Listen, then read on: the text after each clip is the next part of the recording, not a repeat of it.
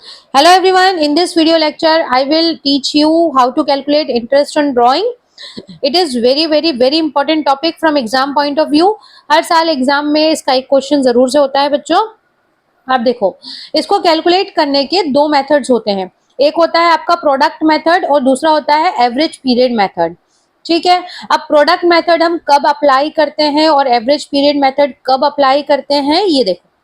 Product method कब apply करेंगे, let's say कि मैंने ड्राइंग किया और मेरे ड्राइंग्स का जो अमाउंट है वो भी यूनिफॉर्म नहीं, मतलब सेम नहीं है, और टाइम पीरियड जो है वो भी यूनिफॉर्म नहीं है. लाइक एक बार मैंने ड्राइंग किया अप्रैल में, फिर मुझे जरूरत पड़ी नवंबर में, फिर मुझे जरूरत पड़ गई जनवरी में. तो एग्जैक्ट मतलब कभी भी मैं विड्रॉ कर रही हूँ अमाउंट, इसके इसके अंदर कोई यूनिफॉर्मिटी नहीं है. ठीक है. कभी मुझे जरूरत लगी 10,000 रुपए मैंने विड्रॉ कर लिए, कभी मुझे जरूरत लगी मैंने 5,000 रुपए विड्रॉ कर लिए, है ना. तो जब भी आपके टाइम पीरियड में और अमाउंट में यूनिफॉर्मिटी ना हो, उस कंडीशन में हम प्रोडक्ट मेथड का यूज करते हैं. प्रोडक्ट मेथड से इंटरेस्ट ऑन ड्राइंग निकालने का ये फॉर्मूला होता है. Total of product multiplied by rate of interest upon 100 into 1/12. अगर मंथ है तो अपन 1/12, और अगर डे वाइज दे रखा है, डे वाइज जनरली नहीं दिया होता है, ये फॉर्मूला है तो देख लो एक बार, 1/365. ठीक है. अब एवरेज पीरियड मेथड क्या होता है? एवरेज पीरियड मेथड का मतलब ये है कि मेरे अमाउंट और टाइम पीरियड में जब यूनिफॉर्मिटी हो. लाइक मैंने बोला कि भाई हर महीने मुझे 5,000 रुपए निकालने पड़ेंगे, है ना.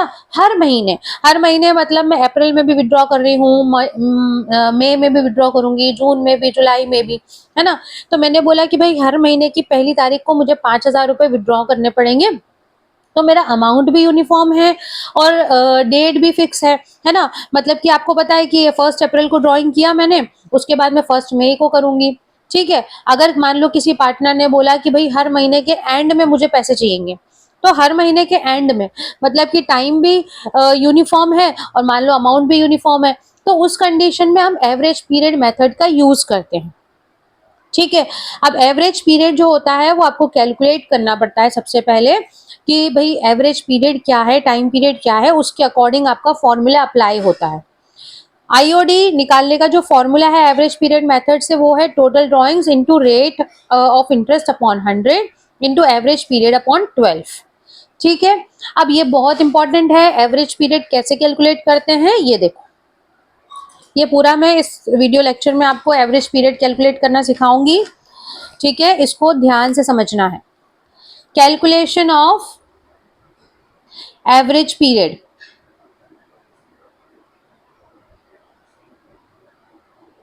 ठीक है. एवरेज पीरियड हम कैलकुलेट करेंगे. मान लीजिए आपकी ड्राइंग्स जो है कंडीशंस में दे रही हूं आपको. Case 1, beginning of every month. अगर आपके क्वेश्चन में दिया हुआ है कि किसी पार्टनर ने हर महीने की शुरुआत में अमाउंट विड्रॉ किया है.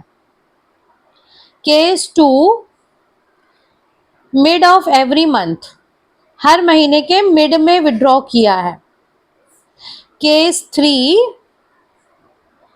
And of every month. ठीक है.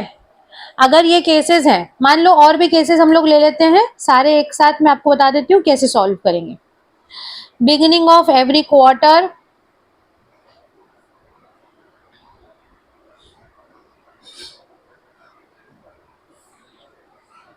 केस 5 में मिड ऑफ एवरी क्वार्टर. और केस नंबर 6 में अगर हम देखेंगे तो एंड ऑफ एवरी क्वार्टर. ठीक है. इसके अलावा भी कुछ अगर दिया रहेगा तो हम क्वेश्चन के अंदर सॉल्व करेंगे, मैं बताऊंगी आपको. ज्यादातर ये इस तरह के केसेस दिए होते हैं क्वेश्चन के अंदर. ठीक है. अब इसको कैलकुलेट करने का, जो एवरेज पीरियड कैलकुलेट करने का एक फॉर्मूला होता है. क्या फॉर्मूला होता है? Average period is equals two month left after first drawing plus months left after last drawing. Divided by 2। ये एवरेज पीरियड निकालने का फॉर्मूला है। Months left after first drawing plus month left after last drawing divided by 2। ठीक है, अब इसको निकालना सिखाती हूं मैं आपको, कैसे निकालेंगे। लेट सपोज हम लेते हैं केस नंबर 1। ठीक है, अब आपका जो टाइम पीरियड रहेगा उसको भी मैं डिटेल में लिख लेती हूँ। वैसे लिखने की जरूरत होती नहीं है, लेकिन क्योंकि मैं शुरुआत से आपको समझा रही हूँ, आपको बहुत क्लियर हो जाएगा अगर मैं लिख के बताऊंगी। अप्रैल, मई, जून, जुलाई, अगस्त, सितंबर, अक्टूबर, नवंबर, दिसंबर, जनवरी, फरवरी, मार्च। ठीक है, अब ये आपके मंथ्स हैं। अब अगर हमने बोला कि भाई केस नंबर 1 में बिगिनिंग ऑफ एवरी मंथ, हर महीने की शुरुआत में अगर कोई पार्टनर अमाउंट विड्रॉ कर रहा है, तो ये फर्स्ट टाइम ड्रॉइंग कब करेगा। आपका ईयर शुरू हो रहा है अप्रैल 1 से और खत्म हो रहा है 31 मार्च को। तो फर्स्ट टाइम ये विड्रॉ करेगा 1 अप्रैल को, फिर 1 मई, 1 जून, 1 जुलाई, इस तरह से 1 मार्च तक ये अमाउंट विड्रॉ करेगा। तो पहली ड्रॉइंग इसकी कब होगी, 1 अप्रैल को, और आखिरी ड्रॉइंग इसकी कब होगी, 1 मार्च को। 1 अप्रैल के बाद कितने महीने बचेंगे, पहली अप्रैल है मतलब अप्रैल भी पूरा है, अप्रैल, मई, जून, जुलाई, अगस्त, सितंबर, अक्टूबर, नवंबर, दिसंबर, जनवरी, फरवरी, मार्च, मतलब पूरे आपके बच रहे हैं 12 महीने। ठीक है, तो 12 महीने पूरे बच रहे हैं आपके 1 अप्रैल के बाद।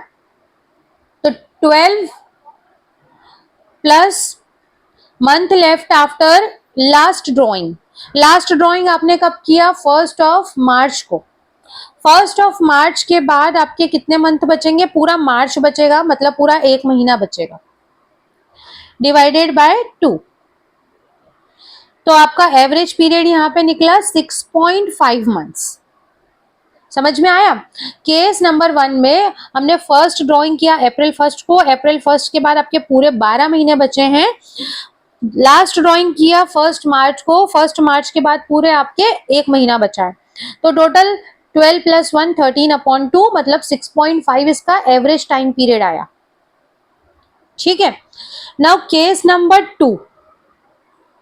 केस नंबर 2 में मान लो आपने विड्रॉ किया है mid of every month. Mid मतलब हर महीने के बीच में अमाउंट विड्रॉ किया है। ठीक है, मतलब हर बार आपने ड्रॉइंग किया होगा 15 तारीख को, 15 अप्रैल, 15 मई, 15 जून, 15 जुलाई, इस तरह से। तो फर्स्ट टाइम आपने ड्रॉइंग कब किया होगा, 15 अप्रैल। 15 अप्रैल से मार्च तक आपके कितने महीने बचेंगे, देखो 15 अप्रैल से अप्रैल आपका कितना बचा, आधा। आधा तो अप्रैल बचा, 1 2 3 4 5 6 7 8 9 10 11, 11 प्लस आधा 11.5 मंथ बचे। मार्च, मार्च में आपने 15 मार्च को लास्ट ड्रॉइंग किया, तो 15 मार्च से 31 मार्च तक आपका आधा महीना यहाँ बचा। ठीक है, तो हो गए टोटल 12 मंथ्स अपॉन 2, मतलब कि 6 आपका निकला, 6 मंथ आपका एवरेज टाइम पीरियड निकला। ठीक है, नाउ इसी तरह हम केस नंबर 3 सॉल्व करेंगे। यहाँ पे क्या दिया हुआ है, and of every month. And of every month का मतलब क्या है कि हर महीने के आखिरी तारीख को आपने पैसे निकाले। 30 अप्रैल को निकाले होंगे और आखिरी बार 31 मार्च को। 30 अप्रैल को जब आपने पैसे निकाले तो अप्रैल तो पूरा खत्म हो गया, बचे कितने, 11 महीने। ठीक है, 31 मार्च को निकाला तो मार्च भी पूरा खत्म हो गया, मतलब कि 0 है ना। मार्च के बाद कुछ मंथ्स बचे ही नहीं, आपका ईयर एंड हो गया। तो 11/2 मतलब 5.5 मंथ्स। ठीक है, ये एवरेज पीरियड कौन कौन सी कंडीशन में निकल गया आपका, beginning of every month, mid of every month and and of every month. इसी तरह से हम क्वार्टर का भी निकालेंगे। क्वार्टर का थोड़ा सा कॉम्प्लिकेटेड होता है, थोड़ा ध्यान से समझना। ठीक है, अब देखो क्वार्टर के लिए हम यहाँ पे वापस से मंथ लिख लेते हैं, इससे आपको क्लियर हो जाएगा। अप्रैल, मई, जून, ये हो गया आपका फर्स्ट क्वार्टर। ठीक है, फिर जुलाई, अगस्त, सितंबर, ये हो गया सेकेंड क्वार्टर। अक्टूबर, नवंबर, दिसंबर, ये हो जाता है आपका थर्ड क्वार्टर। नाउ जनवरी, फेब्रुवरी, मार्च, फोर्थ क्वार्टर। ठीक है, अब ये चारों जो क्वार्टर्स हैं उसको मैंने लिख लिया है। मान लो इसका जो आपका केस नंबर 4 है, केस नंबर 4 में क्या दे रखा है, beginning of every quarter, her quarter की शुरुआत में पैसा निकाला है।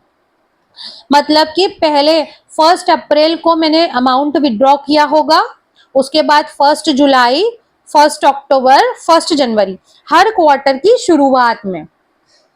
ठीक है, तो पहली ड्राइंग मैंने कब की होगी, 1 अप्रैल को। 1 अप्रैल से मेरे कितने महीने बच रहे हैं, 1 2 3 4 5 6 7 8 9 10 11 12। ठीक है, लास्ट ड्राइंग मैंने कब की होगी, हर क्वार्टर के बिगिनिंग में मैं विड्रॉ कर रही हूँ, तो क्वार्टर का शुरुआत है 1 अप्रैल, लास्ट क्वार्टर जो है उसकी शुरुआत है 1 जनवरी। 1 जनवरी को मैंने अमाउंट विड्रॉ किया होगा, मतलब 3 महीने बचे। समझ में आया? देखो, क्वार्टर की शुरुआत मतलब अप्रैल 1, जुलाई 1, अक्टूबर 1, जनवरी 1। 1 अप्रैल के बाद पूरे 12 महीने बच रहे थे, और लास्ट क्वार्टर है मेरा 1 जनवरी। 1 जनवरी के बाद मेरे जनवरी, फरवरी, मार्च 3 महीने बचे। तो टोटल 15 मंथ्स डिवाइडेड बाय 2 मतलब 7.5 मेरा आ जाएगा यहाँ पे एवरेज पीरियड। ठीक है, now case number 5, fifth case में ध्यान से देखो।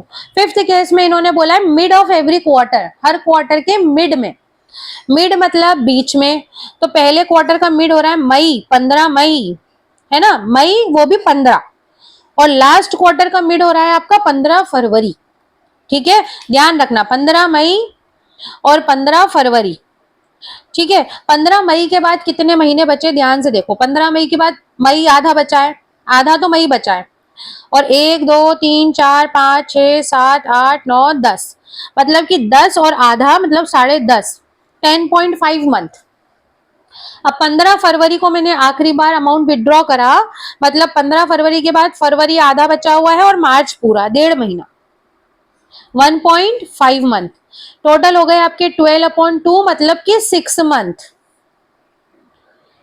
ठीक है, अब केस नंबर 6 और आखिरी केस है ये, इसमें दे रखा है एंड ऑफ एवरी क्वार्टर। मान लो अगर मैं अमाउंट विड्रॉ कर रही हूँ एंड ऑफ एवरी क्वार्टर, मतलब कि हर क्वार्टर के एंड में। क्वार्टर खत्म कहाँ हो रहा है, जून, 30 जून, एंड मतलब 30 जून को मैंने विड्रॉ किया है। 30 जून को किया मतलब जून खत्म हो गया। अब कितने महीने बचे, 1 2 3 4 5 6 7 8 9।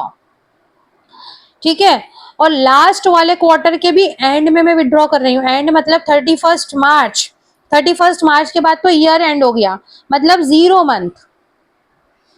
तो 9/2 मतलब 4.5 मंथ आपका एवरेज पीरियड निकला। ठीक है, बहुत ही सिंपल सा फॉर्मूला है, अगर ध्यान से करेंगे तो सब समझ में आएगा। मैंने इसीलिए आपको मंथ्स को डिटेल में लिख के बताया ताकि कोई कंफ्यूजन ना रहे। ठीक है, अगर क्वेश्चन में किसी अलग तरह का भी कोई टाइम पीरियड दिया है उसको भी हम इसी फॉर्मूले से कैलकुलेट करेंगे, इसी तरह मंथ लिख के कैलकुलेट करेंगे, बहुत आराम से हो जाएगा। ठीक है, आई होप आपको एवरेज पीरियड निकालना इस वीडियो में समझ में आया होगा। अगर फिर भी कुछ डाउट रह जा रहा है तो यू कैन आस्क मी, है ना, you are free to ask. अब नेक्स्ट वीडियो लेक्चर में हम लोग इसके क्वेश्चन स्टार्ट करेंगे बच्चों। ठीक है, तब तक के एवरेज पीरियड निकालना एक बार अच्छे से देख लो, सीख लो। ठीक है, नेक्स्ट वीडियो लेक्चर में हम लोग इसके क्वेश्चंस करेंगे। Okay, bye bye.